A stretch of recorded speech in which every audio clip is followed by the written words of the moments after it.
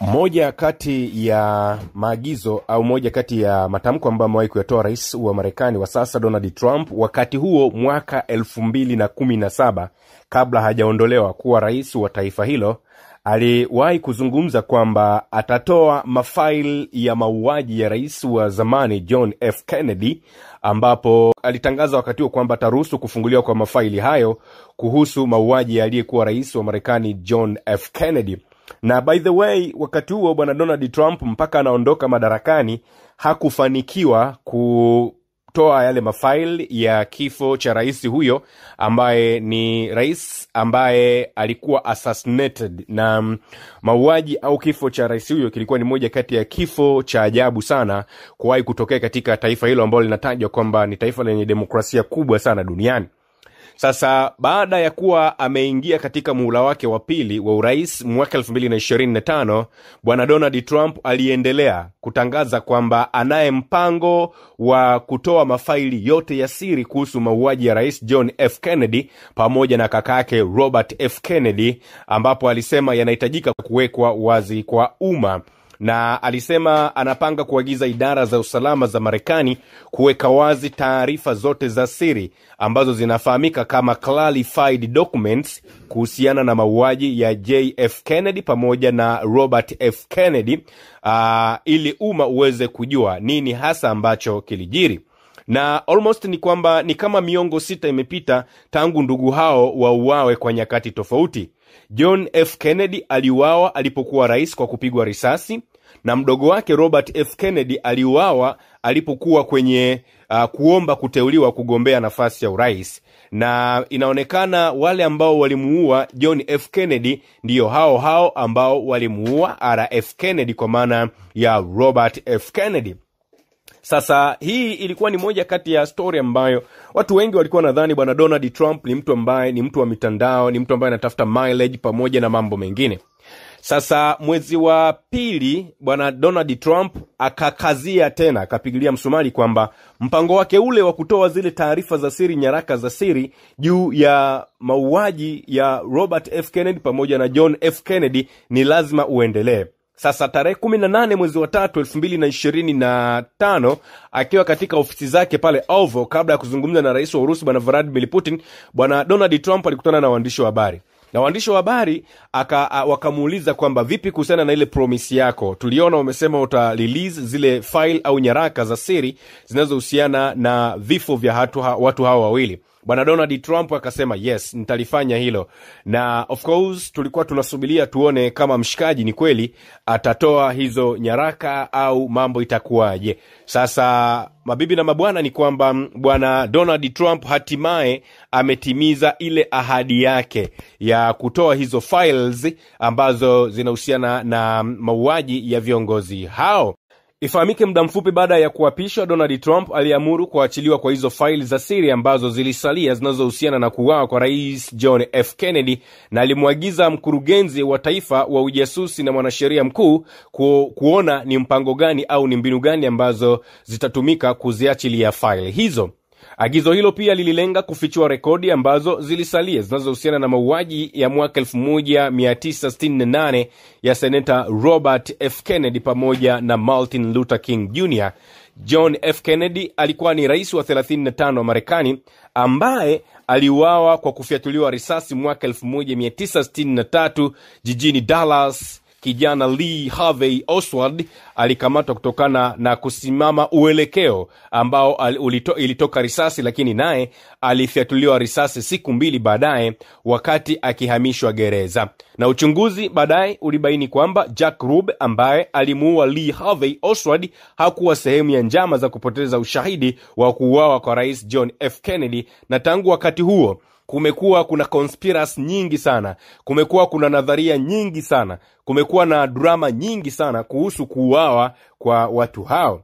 Sasa kwenye chapisho ambalo limetumwa duniani ili liweze kufikia ulimwengu, ni kwamba limebahatika pia kunifikia, nikaona niweze kusema na ninyi juu ya kile ambacho kimezungumzwa na hao viongozi au juu ya kile ambacho kimefanywa na rais wa Marekani bwana Donald Trump. By the way, ni kwamba Donald Trump ni mtu ambaye ameonekana kujipambanua wazi kwamba yeye anahitaji transparency, lakini pia kama itoshi anahitaji watu waweze kuwajibika.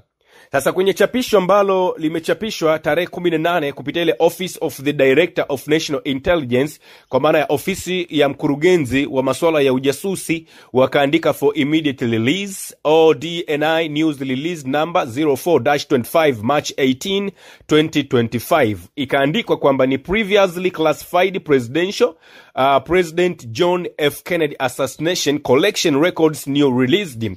Ikaandikwa President Trump ushers in a new era of maximum transparency, kama ambavyo nimewambia kwamba bwana Donald Trump anaonekana ni mtu ambaye anatamani sana uwazi pamoja na uwajibikaji.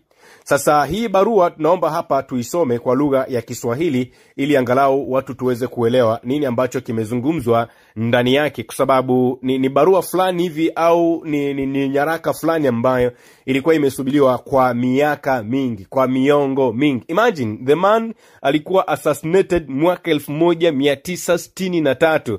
Leo tupo mwaka 2025. Miaka mingi imepita sana. Sasa taarifa inasema Rais Donald Trump aliahidi uwazi wa hali ya juu na kujitolea kujenga upya imani ya watu wa Marekani katika jumuiya ya ujasusi kwa maana ya IC na mashirika ya serikali.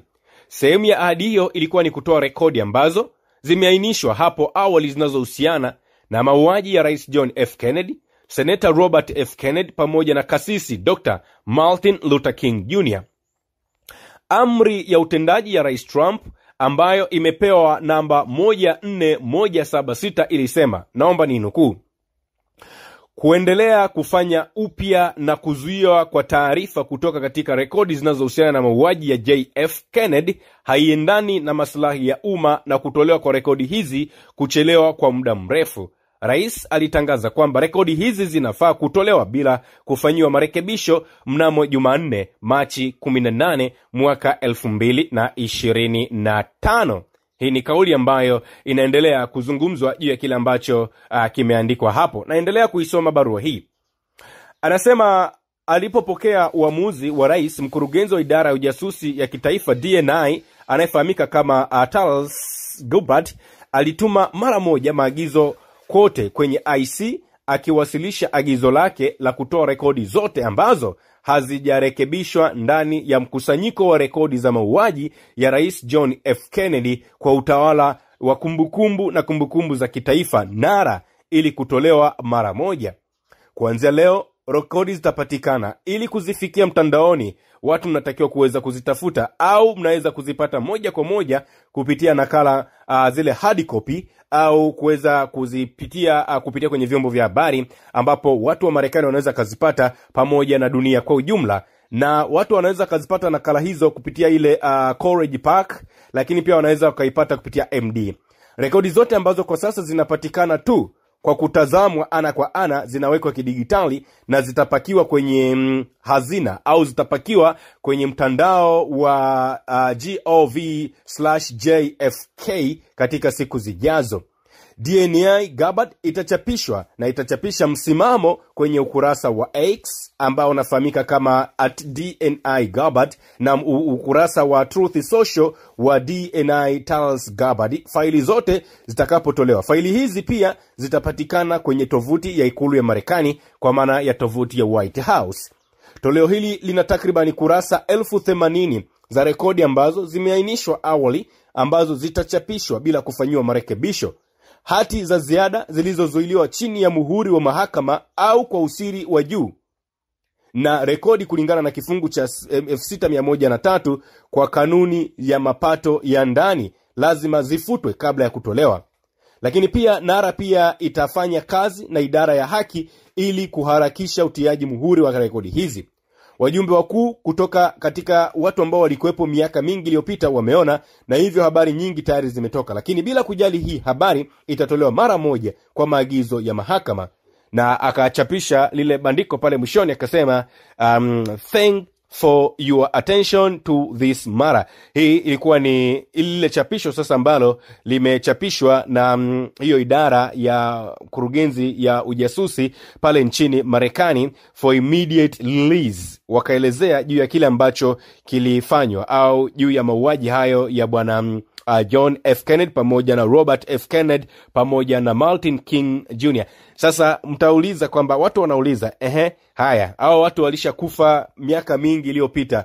Kuachiliwa kwa nyaraka hizi za siri kuna maanisha nini? Kutakuwa kuna faida gani? Naomba niwaambie jambo moja. Moja kati ya kazi kubwa sana ambayo huwa inafanywa na mataifa mengi sana duniani ni pamoja na intelijensia ya ujasusi. Kwa maana ya kama vitengo vya ujasusi vinafanya kazi ambayo imenyooka, vikaaminiwa na wananchi, maana yake taifa lolote le duniani linakuwa lipo salama. Sasa intelijensia ya ujasusi nchini Marekani ilionekana ilikuwa inaficha sana hizi taarifa za kuwa assassinated kwa viongozi hawa, kwa sababu walikuwa wanahofia kwamba intelijensia yao itaonekana ni kama haifanyi kazi. Sasa bwana Donald Trump amekuja kuuaminisha ulimwengu kwamba intelijensia ya ujasusi ya Marekani ilifanya kazi na ilibainisha kila kitu ambacho kilihusika au kilifanyika mpaka watu wale wakauawa. Kwa hiyo Donald Trump anakuja kurudisha ile imani ya intelijensia ya ujasusi ya Marekani ambayo kwa kipindi fulani ni kama imepuuzwa kwa sababu ilishindwa kufuatilia mauaji au kutoa ripoti kamili za mauaji ya viongozi wakubwa wa taifa hilo la Marekani. Speaking about kifo cha rais wa 35 wa Marekani, haikuwa story ndogo. Speaking about kifo cha senator wa huko Marekani Dallas, haikuwa jambo dogo.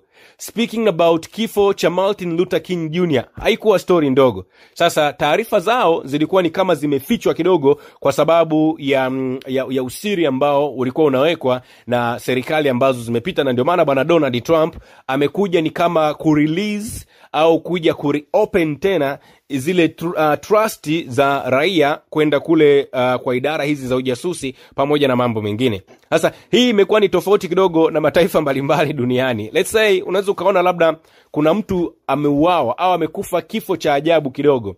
Huwa hazifanyiki hizi chunguzi ambazo zinakuja kuwekwa open kwa ajili ya raia wao kujua kwamba nini ambacho kilitokea mpaka ikafikia labda kiongozi au mtu mwingine amekufa. Na ndiyo maana ukifuatilia kwa umakini sana, idara nyingi sana ambazo zimekuwa zikilalamikiwa ni idara ambazo zinahusika na masuala ya usalama wa raia.